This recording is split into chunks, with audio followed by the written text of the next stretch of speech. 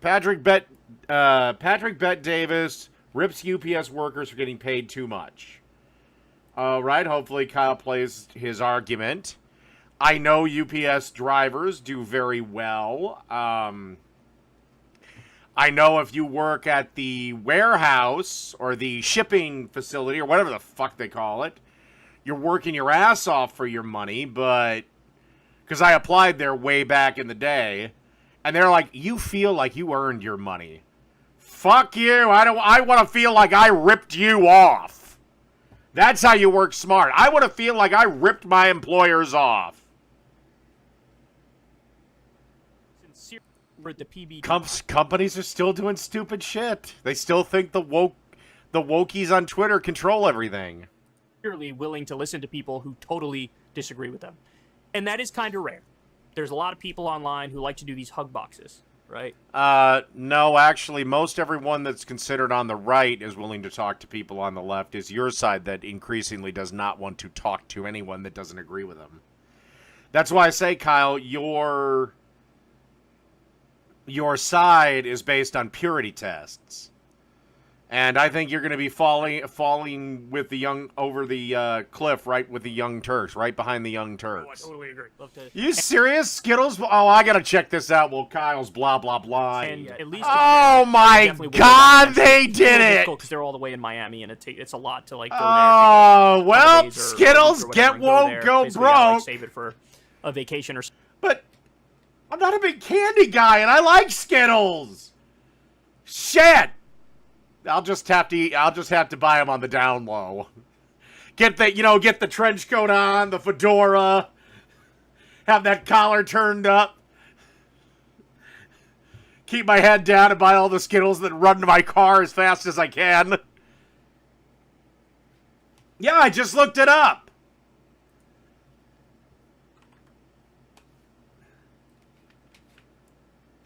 Skittles faces backlash over after it partners with GLAAD and Black Trans Lives Matter. Oh, God. Fuck off. I'm not removing the ad blocker. And I like Skittles. Shit. Oh, my God. Oh, Jesus. Oh, fuck. All right, well, let's see if Skittles falls.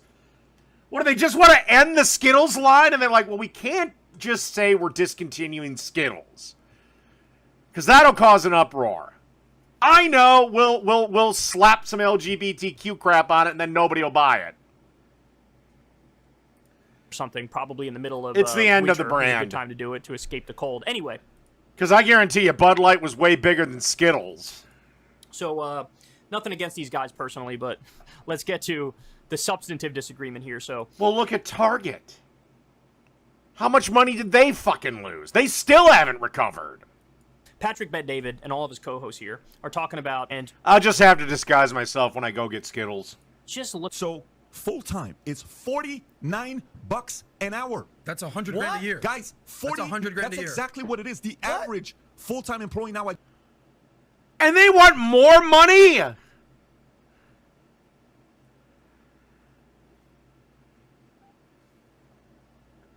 Their average top rate. Okay, so they are union. Jesus Christ. I mean, I don't really want to be a delivery driver, but fuck. Actually, to be fair, I probably still wouldn't do the job because I really do not want to. Because when you first start out, you're delivering either you're delivering a bunch of shit to the industrial part of wherever you live, so a bunch of big, heavy fucking boxes, or you're delivering to the ghetto. It's $8.44. Okay, 2 to 4 business days. £2, $9.96. Okay, guess what? Now, what if they say, well, we want it to go to $490 an hour? We can make that happen. We just got to make it $88 a pound. Okay, I see his argument. And yeah, higher wages mean the customer is paying more. Kyle, once again, doesn't understand how business works. So, yeah. So this idea of, oh, they So, Patrick Bet-Davis, I see his point, but I can see Kyle's point to a certain degree, too, because there's not enough people to work at UPS right now, so they kind of have to do this. And UPS is not an easy job. First of all, it's massively overstated how much, this will negatively affect the consumer, right? Because the argument, the Kyle, I don't know how to tell you this, but if you raise the minimum wage, the cost of everything goes up. Go to your average. You would be shocked at how thin the profit margin is at Target. Like, again, this is what drives me nuts about you, TJ, the Young Turks. You guys think that your internet business is how real business works. And Kyle, like it or not, your show is exceedingly cheap to do. The only thing that's really valuable in there is your time. Right?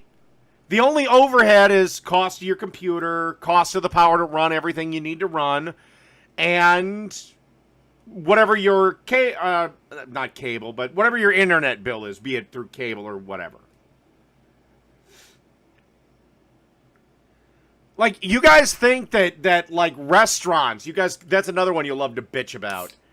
Oh, they don't pay their employees anything. It's like, motherfucker, do you know how tiny the profit margin at a restaurant is? Your average restaurant, if they made $1 million in a year, the owner of said restaurant probably, if he's lucky, took home $80,000 worth of revenue. So $920,000 went back into running the business. Again, do you want to know the only reason grocery stores can sell the stuff in the center aisle as cheap as they can? Because the only real departments in a grocery store that make money is the bakery runs at a profit. The meat department does to a small degree. The floral department runs at but the biggest one, the only reason we can keep the fucking lights on is the deli. That is where, like, I can't remember what it was, but it's like 80% of a grocery store's profit is in the deli department. The grocery department, that doesn't run at a profit. Dairy, no profit. In fact, those two departments usually run at a loss. Produce, a little bit of a profit, but not much. Usually, produce is running at a loss, too.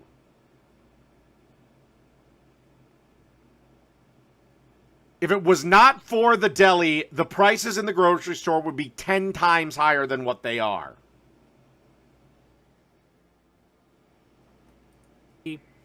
The thing he's arguing for is effectively the race to the bottom idea. Hey, pay the workers as little as possible so that the goods cost as little as possible. And that's like the Walmart. Yeah, but nobody has to work there. Artification of the economy, right? That's how you get all these U.S. jobs being outsourced to Mexico and China and all these other countries where you pay workers there, usually like child workers, pennies on the dollar. They have no labor protections, no wage laws, etc. So if you want, like, the cheapest consumer goods, well, then you're effectively saying, let's have a race to the bottom. Let's not care about the worker. Now, that's effectively neoliberalism 101. There are many people who support that. It sounds like he supports that. Point number two is, it's colossally overstated, it'll hurt the consumer so much if you pay workers a decent wage. That's not true. I remember going back years ago, like over a decade ago, somebody did an analysis. I think it was for McDonald's workers. And, if you paid them a living wage, if you paid them, a lot of them make minimum wage now, $7.25 or maybe like $10 an hour or whatever. No, they don't.